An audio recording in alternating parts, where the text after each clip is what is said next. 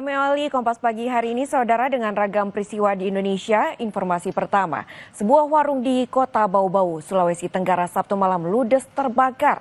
Kebakaran diduga akibat kelalaian penjaga warung yang menuang BBM di dekat lilin penerangan.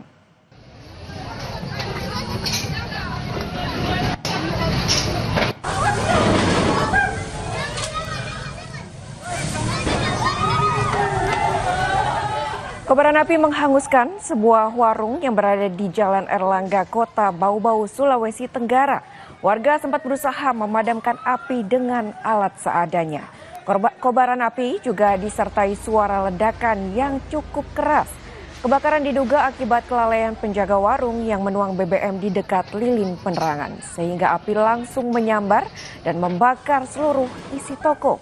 Tak ada korban jiwa dalam peristiwa ini. Api berhasil dipadamkan setelah 5 menit. 5 unit, maksud kami mobil pemadam kebakaran, dikerahkan ke lokasi.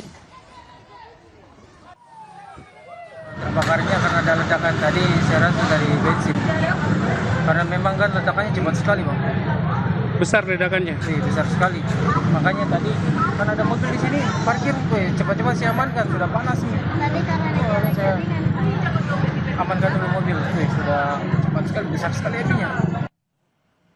4 kapal nelayan yang sedang bersandar di Pelabuhan Muara Baru Penjaringan, Jakarta Utara terbakar Sabtu pagi. Api diduga berasal dari mesin salah satu kapal nelayan. Apinya sangat besar. Laporkan. Api bisa dipadamkan 1 jam setelah pemadam tiba dengan mengerahkan 16 unit mobil pemadam. Namun api yang diduga berasal dari ruang mesin kapal pencari ikan sempat kembali menyala. Pemadam pun kembali berjibaku memadamkan api selama 1 jam.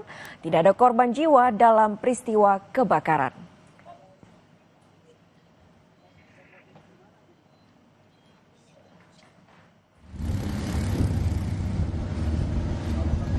Polisi langsung menggelar olah TKP serta memeriksa 4 saksi guna mengetahui penyebab kebakaran.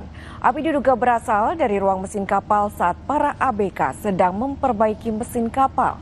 Polisi akan melibatkan laboratorium forensik dari Mabes Polri untuk memastikan penyebab dan pihak yang bertanggung jawab atas kebakaran 4 kapal tersebut.